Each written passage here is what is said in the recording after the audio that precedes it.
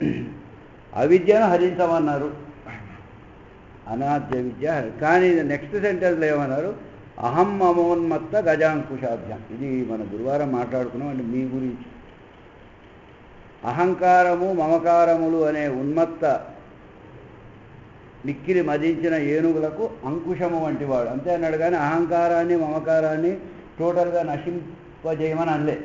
అర్థమైంది? అక్కడేమో అనాద్య విద్య హరణే క్షమాభ్యాం, అహం మమ ఉన్మత్త గజ అంకుశాభ్యాం. అంటే ఉన్మత్త గజాల మాదిరిగా తయారైన అహంకార మమకారాలను గురువు will control, will make you control or he control. అంకుశం అంటే ఇట్ ఓన్లీ కంట్రోలింగ్. అంటే ఏనుగ మీద కూర్చున్న మావటి వాడు ఏనుగును చంపడు కదా, ఏనుగును రెగ్యులేట్ చేస్తాడు, వీడు చెప్పినట్టు అది నడిచే విధంగా చేస్తాడు. So here total dissolution of అవిద్య, కంట్రోలింగ్ ఆఫ్ అహంకార అండ్ మమ, డిఫరెన్స్. సో అనాద్య విద్య హరణే క్షమాభ్యాం అహం మమ ఉన్మత్త గజ అంకుశాభ్యాం. అంటే ఈ అహంకారము మమకారము అనే వాటిని ఎందుకు కంట్రోల్ చేయాలి అనే క్వశ్చన్ వస్తుంది. ఎందుకంటే వాటిని మనం నెత్తి మీద పెట్టుకొని ఉన్మత్తమైన మదాల ఏనుగల మాదిరి తయారు చేసినాం కాబట్టి. అంటే అహంకారము మంచిదే అంటే దాన్ని మంచి యాజ్ ఎ సర్వెంట్ దాన్ని వాడుకుంటే, మమకారం కూడా ఉండాలి. కానీ అవి ఏమైనాయంటే లెవెల్ దాటిపోయి they are ruling us, they are dictating us. Your ego is dictating you. Your మమకార అంటే నువ్వు దేని మీదైతే మమకారాన్ని పెట్టుకున్నావో that is dictating you. So నీ యొక్క అహంకారము మమకారము నీ జీవితాన్ని శాసిస్తున్నాయి. నీ యొక్క అహంకారము మమకారాలకు నీవే బానిసవైపోయినావు కాబట్టి వాటిని మళ్ళీ తిరిగి నువ్వు కంట్రోల్లో తెచ్చుకోవాలి. బట్ అంటే కంట్రోల్డ్ ఈగో అండ్ కంట్రోల్డ్ మమకారం are good, you should have them, అంతే కదా. That is the thing. మమకారం అంటే ఏంటి? నీకు ఇష్టమైన వాటి మీద ప్రేమ చూపడం, అంతే కదా. నీకు ఇష్టమైన వాటిని, నీకు ఆనందాన్ని ఇచ్చే వాటిపైన రాగము, అది మమకారం. దానికి అపోజిట్ ద్వేషము, వృక్షంలో చెప్తున్నాడు. అంటే ఒక ఆధ్యాత్మిక సాధకుడైనా ఒక స్పిరిచువల్ పర్సన్ అయినా ఇంట్లో భార్యను పిల్లల్ని విడిచిపెట్టిపోవడం ఏం లేదు అని గురువుజీ చెప్పడం. అది you should show your love towards them, but it should be a detached attachment. Attached attachment or unwanted attachment or over attachment అయితే ఏమవుతుంది? They will start ruling you, they will start dictating your life.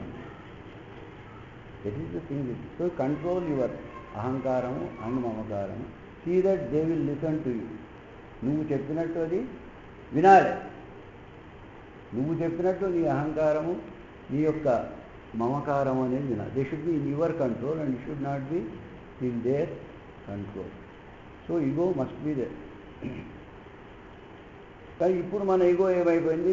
లిమిట్లెస్గా అయిపోయి మనల్నే అది it is ruling.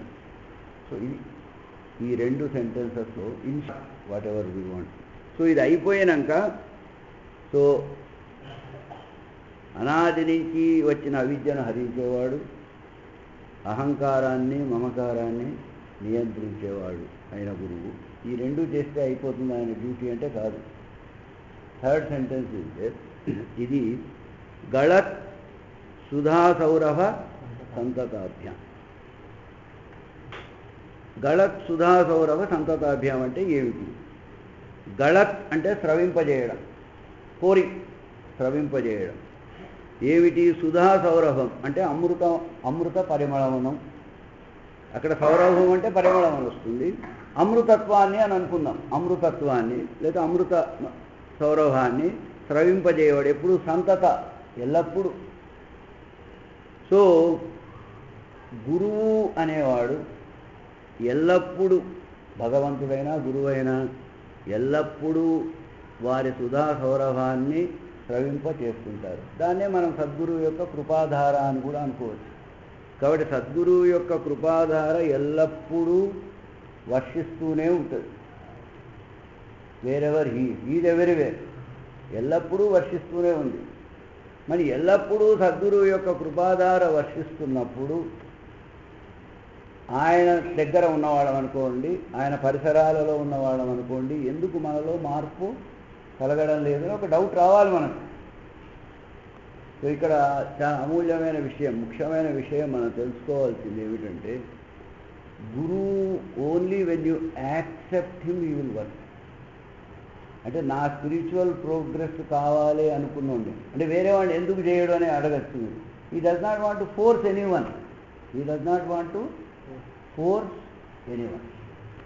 So ఇక్కడ సద్గురువు యొక్క పరిసరాలలో ఉన్న మనం సద్గురువుని ఎలా వాడుకుంటున్నాం అనేది, ఒకటి సద్గురువును మన కోరికలు తీర్చేవాడిగా వాడుకుంటాం, ఇంకోటి సద్గురువును మన గమ్యము చేర్చేవాడిగా మనం వాడుకుంటాం. మన కోరికలు తీర్చేవాడు, మనలను గమ్యానికి చేర్చేవాడు, ఈ రెండు డిఫరెన్సెస్ ఉన్నాయి. కాబట్టి నువ్వు కోరికలు తీర్చేవాడిగానే సద్గురువు యొక్క ఆశ్రయాన్ని చేరితే అదే నీ కోరికలే తీరుస్తాడు, నీ కోరికలే తీరుస్తాడు ఆయన. లేదు నువ్వు సద్గురువును నీ గమ్యానికి చేర్చేవాడు అనే దృక్పథంతో నువ్వు చేసినప్పుడు అప్పుడు the way in which he works will be different, అంతే కదా. కాబట్టి ఇట్ ఆల్ డిపెండ్. అంటే ఒక్కటి ఏమంటే, he will never force you, only when you accept him for your spiritual progress, then that type of work he will do on you. Suppose you accept him only for your materialistic progress, అది ఇది మనకు రెండవ పాదక పంచక స్తోత్రంలో కూడా ఉంది. సనాతనాభ్యాం సుమనోహారాభ్యాం నమజ్జనే ఇహ అమరభూరుహాది. So acceptance of the guru for your spiritual progress is very important. అంటే ఇక్కడ ఎట్లా అంటే, బాగా వర్షం పడుతోంది లేదా బాగా ఎండ కాస్తోంది, బాగా ఎండ కాస్తున్నప్పుడు నేను బట్టలు బాగా ఉతికేసినా సరే ఎండలో ఇంట్లో వేస్తే తొందరగా ఎండలో వేస్తే ఎండుతాయి. ఎండకు నువ్వు బట్టలు ఇంట్లో వేసినావా ఎండలో వేసినావా సంబంధం లేదు కదా. It all depend. నీవు ఉదికిన గుడ్డలను ఎండలో వేసినావా, రూమ్లో వేసుకుని అన్ని తలుపులు వేస్తే ఎట్లా? సూర్యుడు ఎల్లప్పుడూ ప్రకాశిస్తూనే ఉంటాడు మార్నింగ్ టైము, నువ్వు అన్ని కిటికీలు మూసేసి నా ఇంట్లో చీకటిగా ఉందంటే. So you have to open the windows of your house, or you should open the windows of your heart. ఆ గురువు అనే జ్ఞానభాస్కరుని కిరణాలు పడాలంటే నీ హృదయాన్ని నువ్వు తెరవాలి. నీ స్పిరిచువల్ ప్రోగ్రెస్ కోరినప్పుడే ఆయన నీకు తెలుసు. సో గళత్ సుధా సౌరభ సంతతాభ్యాం అంటే సంతతాభ్యాం, సంతతము కూడా ఆయన యొక్క అంత సౌరభాన్ని గురువు స్రవింప చేస్తూనే ఉంటాడు. ఇది ఇమ్మెటీరియల్. అంటే ఆయన ఒకరికి పక్షపాతి కాదు, ఒకరికి కావాలని ఒకరికి మేలు చేయడు, ఒకరికి కీడు చేయడు. ఆయన ఇట్ ఈజ్ ఇస్ నేచర్. గురువు యొక్క నేచర్ ఏమంటే ఆయన అమృతత్వాన్ని సదా వర్తింపజేయడమే. ఎట్లయితే సూర్యుడు తన వెలుగును ప్రసరింపజేస్తున్నాడో, ఎట్లయితే వర్షం అనేది, వర్షం పడుతుంది అది రాయి మీద పడ్డదా నేల మీద పడ్డదా అంటే కాదు, it rains, that's all. It rains. ఒక రాయి మీద పడితే మొలవదు. అదే చక్కగా నువ్వు బాగా నేలను దున్ని చక్కని ఎరువులు వేస్తే అక్కడ పంట పడుతుంది. సో మనలను మనము సద్గురువు యొక్క కృపకు అనువుగా తీర్చిదిద్దుకోవాలి. మనల్ని మనం తీర్చిదిద్దుకోవాలి. అనువుగా తీర్చిదిద్దుకుంటే దాని ప్రకారంగా civil work. So that is our work. ఎందుకు మరి ఆయనే మనల్ని కూడా తీర్చిదిద్దొచ్చు కదా, ఎందుకు ఆ పని కూడా చేయొచ్చు కదా. అక్కడే వచ్చేవారు యూ టైం అన్నమాట. యూ వాంట్, నీకు ఫిజికల్ కావాలంటే అట్లా ఇస్తాడు, ఇది కావాలంటే ఇంకా నీకు ఒక ఇంటలెక్ట్ అనేది ఇచ్చిండు కదా. ఇప్పుడు మనిషికి జంతువుకు ఉన్న డిఫరెన్స్ అదే కదా. ఒక జంతువు అంటే దానికి జ్ఞానం లేదు. జంతువుకు జ్ఞానం లేకున్నా కూడా న్యాచురల్ ప్రాసెస్ ఆఫ్ ఎవల్యూషన్లో 84 లక్షల జన్మలైనాక ప్రతిదీ కూడా ఒక even virus also is becoming a human being. That natural process of evolution is there. ఒక మానవుడి దగ్గర రాగానే ఏమవుతుందంటే మనకు ఒక ఇంటలెక్ట్ బుద్ధి ఇచ్చి అంటే తొందరగా మనము ప్రోగ్రెస్ కావడానికి మెయిన్ అదే. That time he has given. ఇంకా నిదానం ఎందుకు కావాలని మనకు మనస్సును బుద్ధిని ఇంద్రియాలను ఆ భగవంతుడు మనకి ఇచ్చింది ఎందుకంటే మనం తొందరగా ప్రోగ్రెస్ కావాలి. It is the thing.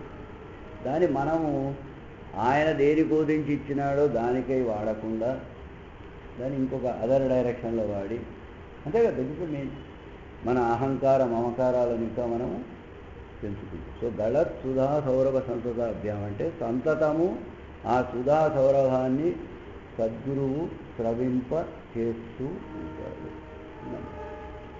Acceptance. So ఈ యాక్సెప్టెన్స్గా పోయినప్పుడే మన అవిద్యను హరించడమైన అహంకార మమకారాలను కంట్రోల్ చేయడంలో he will help you definitely, provided you want that, provided you want. So ఇక్కడ వరకే. సో ఈ శ్లోకంలోనే మనం అర్థం చేసుకోగలిగింది ఏమిటంటే, ఒక వరుస క్రమంలో చెప్తున్నారు. అనాది నుంచి వచ్చిన అవిద్యను హరిస్తాడు, అహంకార మమకారాలను నియంత్రిస్తాడు, లేకుంటే దానిని సరి అయిన మార్గంలో అంకుశంతో రెగ్యులేట్. ఈ రెండు చేశాకనే సుధా సౌరభాన్ని మన లోపలికి, మన హృదయాల లోపలికి ఆ సద్గురువు స్రవింప. That is the order.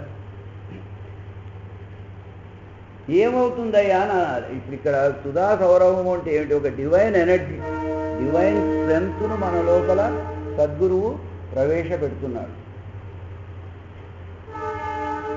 ఒక డివైన్ ఎనర్జీని సద్గురువు మన హృదయాలలో ప్రవేశపెడుతున్నాడు. ఎప్పుడు?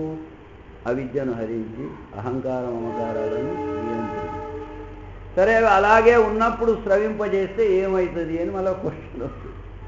డివైన్ ఎనర్జీకి ఏదైతే ఉందో, what ever it is given, ఒకవేళ వీటిని నియంత్రించక ఇస్తే ఉన్నవి ఇంకా బలిష్టమై,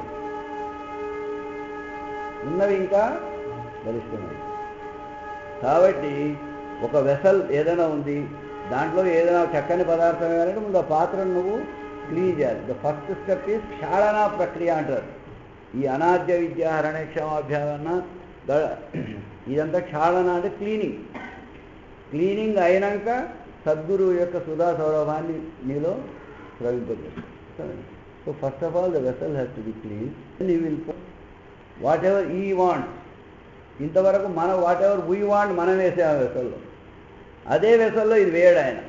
ఉన్నదాన్ని క్లీన్ చేసి, so this is the second step అంటున్నాం. First cleaning, then transmission. గురువు యొక్క ప్రాణావతి ప్రక్రియ అనుకోండి, గళత్ సుధా సౌరభ సంతోషం, ఈ రెండు ఒకటే. సో ఈ విధంగా ఆయన చేస్తారు.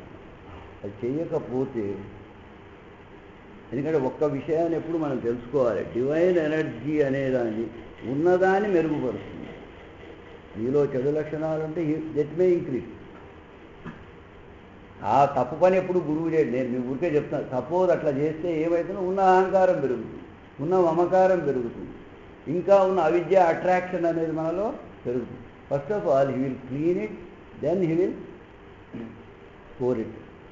సో ఈ పనులు మన సద్గురు తప్పకుండా చేసి, provided we accept him. Acceptance is very important. తర్వాత మనలో ఆ తీవ్రమైన తపన అనేది కలగాలి. ఇది ఆధ్యాత్మిక ప్రగతికి. లేదంటే ఈ విధంగా అంటే కదా. ఇప్పుడు భౌతిక ప్రగతికి ఏం చేస్తున్నాడు? మెటీరియల్. మీ దగ్గర డబ్బు ఉంది, డబ్బు మీద మీకు అట్రాక్షన్, ఇంకా నాకు డబ్బు కావాలంటే యూ విల్ గెట్ దట్. ఈ పాయింట్ అర్థమైంది. లేదు సార్, ఆయన నా లోపల ఆధ్యాత్మిక భావాన్ని కూడా పెంచాలంటే to begin with he will not do that. అంటే నీకు ఇంటలెక్ట్ ఇచ్చినా యూ థింక్ యువర్ సెల్ఫ్. అర్థమైంది చెప్పిన పాయింట్. సో ఈ విషయాన్ని ఈ శ్లోకంలో మనకు గురువు గారు చెప్పారు. ఈ విషయాలు మీకు కొన్ని పాయింట్స్ అనేది నేను చెప్తాను. ఇది చదివినాక మనం ఒక్కొక్క పాయింట్ని డిస్కస్ చేస్తాం. గళత్ సుధా సౌరభ సంతతాభ్యాం. ఈ సుధా సౌరభము అంటే ఏమిటయ్యా అనేది మళ్ళీ మనకు ఒక విషయం వస్తుంది. ఈ సుధా సౌరభం అన్నా ఏదైతే స్రవింపజేస్తాడో, ఎవరు? గురువు స్రవింపజేస్తున్నాడు. గురువు వేరే, ఆయన ఇచ్చే ఈ సుధా సౌరభం వేరేనా అనే ప్రశ్న వస్తుంది.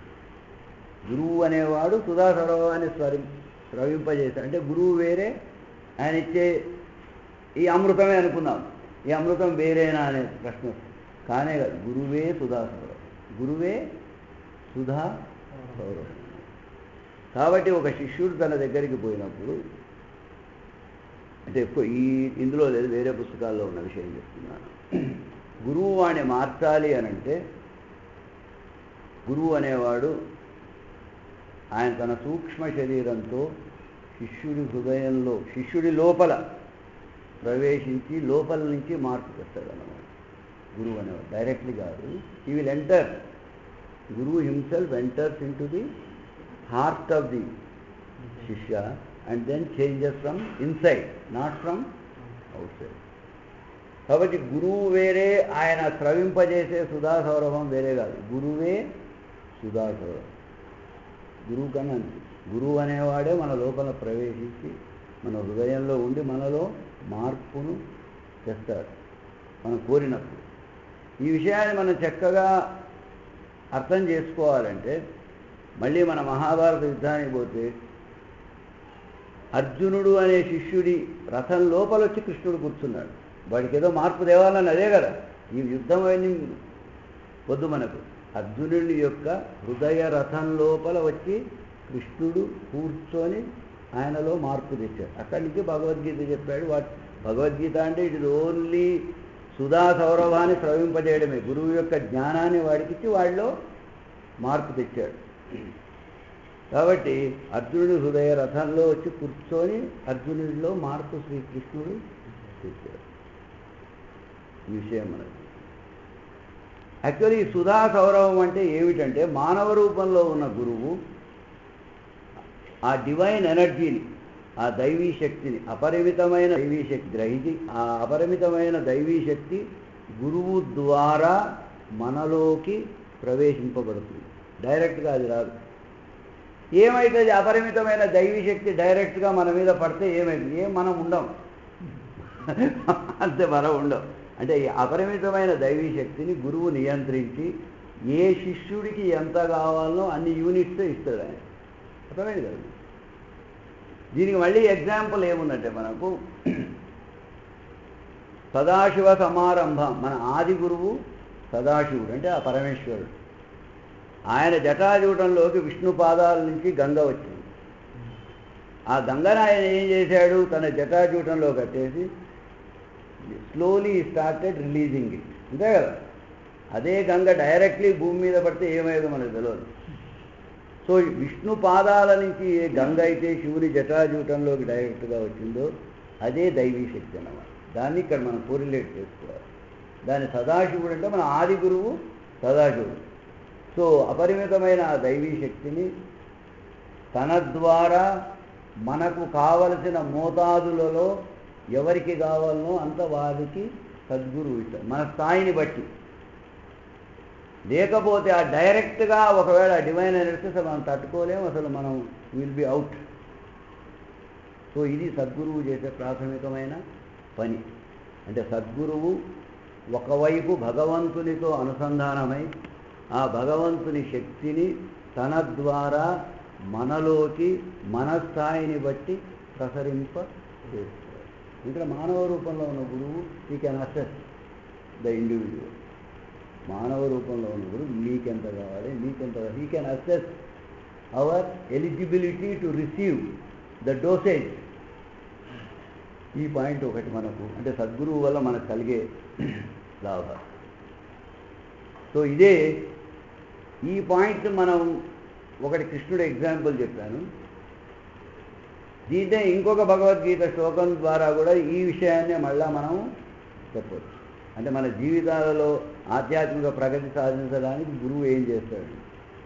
ఎత్ర యోగీశ్వరో కృష్ణో ఎత్ర పార్థో ధనుర్ధర. ఎక్కడైతే యోగీశ్వరుడైన కృష్ణుడు ఉంటాడో, ఎక్కడైతే ధనుర్ధారి అయిన పార్థుడు ఉంటాడో, ఎత్ర పార్థో ధనుర్ధర. సో ఇక్కడ ఎత్ర పార్థో ధనుర్ధర అంటే ధనుర్ధారి అయిన పార్థుడు ఉంటాడు. సో జీవిత సమరాన్ని ఎదుర్కొనే ఒక శిష్యుడు ఉంటాడు. అంతే కదా? ఒక ఆధ్యాత్మిక సాధన చేసే శిష్యుడు ఉంటాడు. అంతే కదా? ఒక ఆధ్యాత్మిక సాధన చేసే శిష్యుణ్ణి ఎత్ర పార్థో ధనుర్ధర అంటుంది. అక్కడ కృష్ణుడు మానవ రూపంలో వచ్చిన ఒక గురువు. కృష్ణుడు ఒక మానవ రూపంలో వచ్చిండు అర్జునుడి దగ్గర. ఆ కృష్ణుడు ఏం చేసినాడు? ఎత్ర యోగీశ్వరో అంటే ఈశ్వరుడితో యోగమై ఈశ్వరుడితో అనుసంధానం. అక్కడ ఈశ్వరుడు అంటే భగవంతుడు. మానవ రూపంలో కృష్ణుడు ఒక సద్గురువు, యోగీశ్వరో అంటే ఈశ్వరుడితో యోగించి భగవంతుడితో అనుసంధానం చేసి మానవ రూపంలో ఉన్న కృష్ణుడు అర్జునుడికి ఆ సుధా సౌరభాన్ని అందించారు. అర్థమైనా మీ పాయింట్? అక్కడ యోగీశ్వరో కృష్ణ అంటే యోగీశ్వరో కృష్ణ అంటే ఈశ్వరుడితో యోగించిన కృష్ణుడు. అంటే గురువు having union with the connection. So గురువు ఒకవైపు అపరిమితమైన దైవీ శక్తితో అనుసంధానమై ఆ దైవీ శక్తిని ఎంత పొటెన్సీ కావాలో అంత పొటెన్సీతో ఒక సాధకుడికి వాడిలో మార్పును తీసుకొని వస్తారు. పాయింట్ అర్థమైంది. సో ఈ 2 శ్లోకాల ద్వారా మనకు భగవద్గీత శ్లోకాల ద్వారా తెలిసేది ఏమంటే గురువు అనేవాడు మన హృదయాలలో ప్రవేశించి లోపలి నుంచి మనలో మార్పు. తర్వాత గురువు ఆయన ఇచ్చే యొక్క సుధా సౌరభము వేరే కాదు. దీనికి మళ్ళీ మన గురువుగారు రాసిన శ్లోకాలలోనే ఇక్కడేం రాశారు? గళత్ సుధా సౌరభ సంతతాభ్యాం అని మన గురువుగారు రాశారు. అదే మళ్ళీ మనం పాదుకా పంచక స్తోత్రాలు చదువుతుంటే చివరిలో మనమే చదువుతాము, శ్రీనివాసం శ్రీనికేతం శీఘ్ర సిద్ధిత మాశ్రయే స్వయం జ్యోతి సుధా సింధు. అమృత సింధువును కలిగిన వాడు. సుధా సింధు అంటే ఆయన పేరులో ఇంకోటి పెట్టారా? లేదా, ఆయన పేరే శ్రీనివాసం శ్రీనికేతం శీఘ్ర సిద్ధితమాశ్రయే స్వయం జ్యోతి స్వరూపమైన సుధా సింధు. సో సద్గురువు మన హృదయాలలో స్రవింపజేసే అమృత సౌరభము ఆయన కన్నా అన్యమైనది కాదు. ఆయనే సుధా సౌరభం. అంటే సద్గురువు అన్నా పరమాత్మ అన్నా ఒకటే, అంతే కదా. సద్గురు పరమాత్మ సుధా సౌరభాన్ని నీకు ఇస్తున్నాడు, పరమాత్మ వేరే అమృతం వేరే అవుతుంది. ఆ క్వశ్చనే రాదు. ఎందుకంటే భగవంతుడు కాంతి అన్యమైనది ఏమీ లేదు. కాబట్టి భగవంతుడు నీకేమైనా ఇస్తే తన్ను తానే ఇచ్చుకోవాలి. ఎందుకంటే ఆయన కన్నా అన్యమైనది ఏమీ లేదు. ఇప్పుడు మన మానవుని స్థాయిలో అట్లా లేదు. నేను వేరే, నా డబ్బు వేరే, నేను వేరే, నా జ్ఞానం వేరే. నేను నీకు డబ్బు ఇస్తాను, నాకన్నా అన్యమైంది అది. కానీ భగవంతుడి విషయం మనం మాట్లాడుతున్నప్పుడు భగవంతుడు మనకేమన్నా ఇవ్వాలి అనుకుంటే తను తానే ఇచ్చుకోవాల్సిందే, అంతే కదా. తనకన్నా అన్యమైంది ఏది లేదు. సో భగవంతుడన్నా గురువు అన్నా ఒకటే. కాబట్టి ఈ సద్గురువు ఇచ్చే సుధా సౌరభము సద్గురువు కన్నా అన్యమైనది కాదు. ఆ సద్గురువే తన సూక్ష్మ శరీరం ద్వారా మన హృదయాలలో ప్రవేశించి మనలో తనకు కావలసిన మార్పును ఆయన తీసుకొని వస్తారు. వీటన్నిటికీ మనం యాక్సెప్ట్ చేయాలి. అంటే సద్గురువుకి మన హృదయంలో అంతో ఇంతో స్థలం ఇవ్వాలి. మనం అంతో ఇంతో స్థలం ఇవ్వాలి. బయట పెడితే లాభం లేదు. అర్థమైంది పాయింట్. సో గళత్ సుధా సౌరభ సంతతాభ్యాం. సో ఈ సుధా సౌరభం అంటే ఏమిటి అనేది మళ్ళీ క్వశ్చన్ వస్తుంది. ఇంతకు ముందే చెప్పిన ఒక divine energy in the potency which you can tolerate అందాం. ఆ డివైన్ ఎనర్జీ ఇస్తే సో ఒక్కసారి సుధా సౌరభం వస్తే అది మన జీవితాలను మార్చుతుంది. The divine energy will change your life provided you accept it. అంటే అంతవరకు మనం చేసిన సాధన, అక్కడిక్కడ పుస్తకాలు చదివి చేసిన సాధన, మన శక్తి మనం వాడుకున్నాం, అంతే కదా. కేవలం మన శ్రమతో మనం చేసింది. ఒక సద్గురు సన్నిధానంలో చేరినప్పుడు ఏమైంది? Added advantages. సో ఆ విషయాన్ని మళ్ళా మన ఆశ్రమం పేరు చూడండి, శ్రీ శివసచ్చిదానంద ఆశ్రమము అనగానే ఆశ్రమము అంటే కొద్దిపాటి శ్రమతో. ఇదివరకు కూడా మనం ఎన్నోసార్లు మాట్లాడు. ఆశ్రమము అంటే ఆశ్రమంలోనే శ్రమ అనే పదం ఉంది. నీకు కావలసినది కొద్దిపాటి శ్రమతో పొందగలిగిన ప్రదేశాన్ని ఆశ్రమము అన్నాడు. అంటే నీకు కావలసిన దాని కొద్దిపాటి శ్రమ అంటే కొద్దిపాటి నీ యొక్క శ్రమతో ఎట్లా పొందావు? ఆయన శ్రమ నీకు తోడైంది. నీ పాయింట్ ఆయన యొక్క శ్రమ నీకు తోడైంది. So till now only your human energy, your strength, నీ ఎఫర్ట్స్ ద్వారా నువ్వు ప్రయత్నించేవాడివి. ఒక సద్గురువు సన్నిధానం చేరినప్పుడు ఆ దైవీ శక్తి ప్లస్ యువర్ ఎనర్జీ, నీది ఎంత అణువు అందులో యాక్చువల్లీ. కాబట్టి ఈ సుధా సౌరభం మన హృదయంలో ప్రవేశించినప్పుడు మనకు తెలియకుండానే అతి స్వల్పకాలంలో అపరిమితమైన మార్పు మనలో తప్పకుండా కలుగుతుంది, అతి స్వల్పకాలంలో.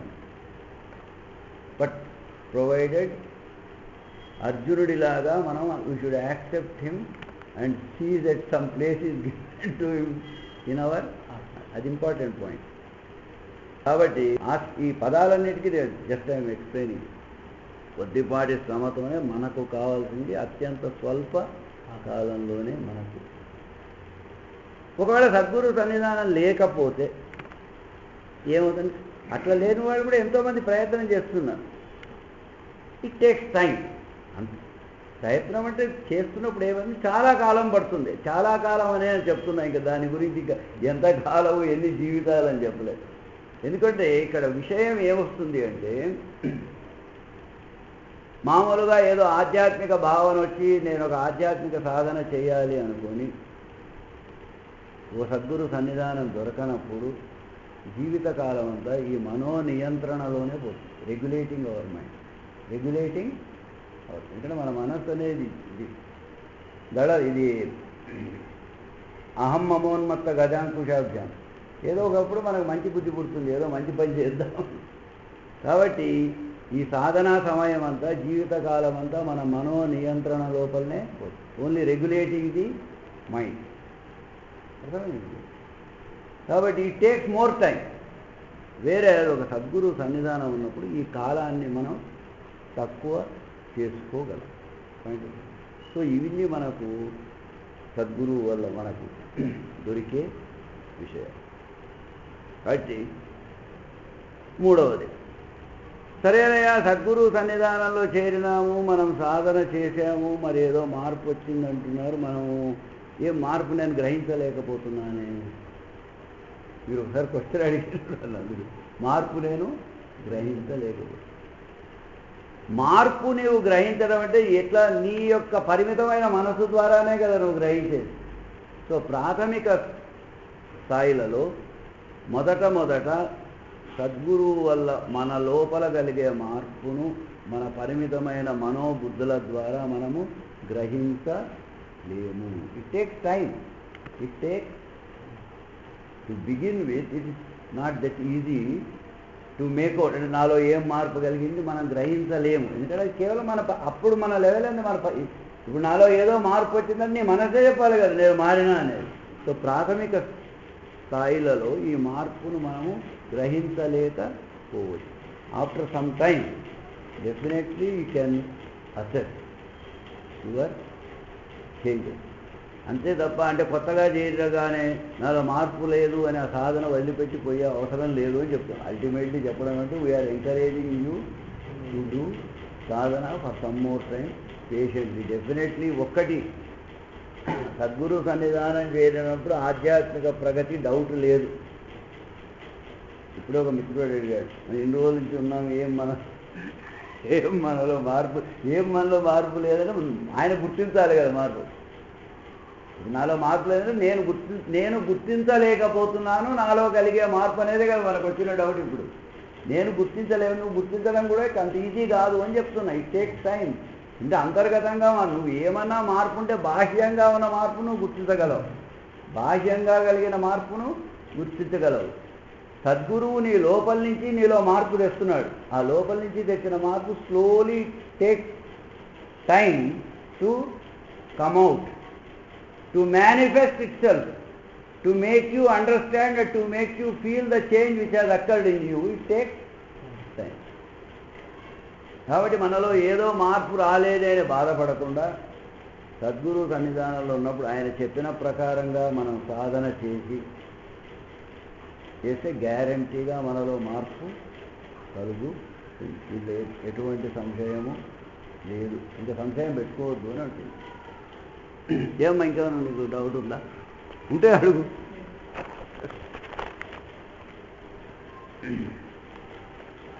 కేవలం ఇంద్రియ జ్ఞానంతోనే అర్థం చేసుకున్న సాధకుడు ప్రారంభ దశలో ఈ Sudha సౌరభాన్ని గ్రహించలేడు.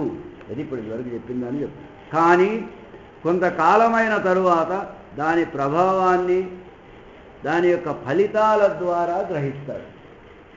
After some time not immediately. So సద్గురువు ఈ సుధా సౌరభంతో ఏమి చేస్తారు, యాక్చువల్లీ మనలో ఏమవుతుంది అనే విషయం చెప్తున్నా. సద్గురువు అతను స్రవింపజేసే సుధా సౌరభ శక్తితో నిద్రిస్తున్న మన ఆత్మను జాగృతం చేస్తాడు. నిద్రాణ స్థితిలో మన ఆత్మ ఉంటుంది, ఇక్కడ దాన్ని పట్టించుకోవడం లేదు కాబట్టి నిద్రిస్తున్న ఆత్మను జాగృతం చేసి దానిని మరింత బలవంతం చేస్తాడు. దాన్ని మేక్స్ ఇట్ మోర్ స్ట్రాంగ్. తదుపరి ఈ ఆత్మను బలవంతం చేసినప్పుడు ఏమవుతుందయ్యా అనే ఇంతసేపు మన శరీరాలలో మన ఆత్మ నిద్రాణ స్థితిలో చాలా బలహీనమైన స్థితిలో దాని మాట మనకు వినపడం లేని ప్రకారంగా ఉంది. ఇప్పుడు మనలో బలవంతంగా చాలా బలంగా ఉన్నది మన మనస్సు. కాబట్టి ఇప్పుడు మనం పలికే మాటలైనా చేసే పనులైనా ఏవైనా కూడా మన మనస్సు ద్వారానే చేస్తుంది, అంతేగా.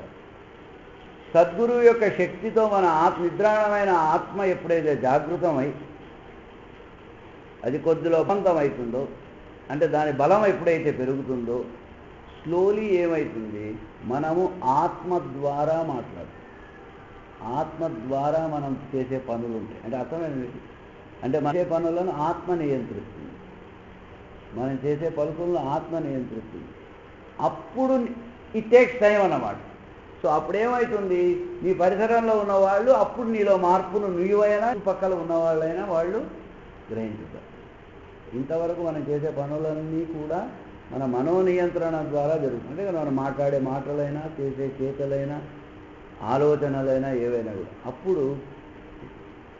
So till now you are doing everything by your head and by your intellect.